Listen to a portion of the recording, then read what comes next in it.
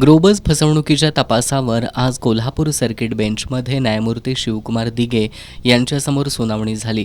यावेळी तत्कालीन पोलीस अधीक्षक शैलेश बलकवडे यांनी ऑनलाईन उपस्थित राहून तपासाबद्दल माहिती दिली। गुन्हा दाखल झाल्यानंतर आरोपी निष्पन्न करून त्यांच्यावर अटकेची कारवाई केली। त्यांच्या मालमत्ता जप्त केल्या। फॉरेन्सिक ऑडिटसाठी प्रक्रिया सुरू करून पहिलं दोषारोपपत्र न्यायालयात दाखल केल्याची माहिती बलकवडे यांनी दिली। मात्र न्यायमूर्ती दिघे यांनी तपासाबाबत असमाधान व्यक्त करत बलकवडे यांच्यावर प्रश्नांची सरबत्ती केली। सोनं जप्त का केलं नाही अशी विचारणा करत तत्कालीन तपासी अधिकाऱ्यांनी गांभीर्यानं तपास केला नसल्याचं निरीक्षण नोंदवलंय।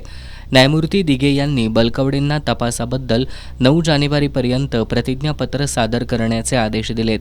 फिर्यादींच्या वतीनं ॲडव्होकेट जयंत बारदेसकर आणि ॲडव्होकेट नकुल शुक्ल यांनी काम पाहिलं। पुढील सुनावणी 9 जानेवारीला होणार आहे।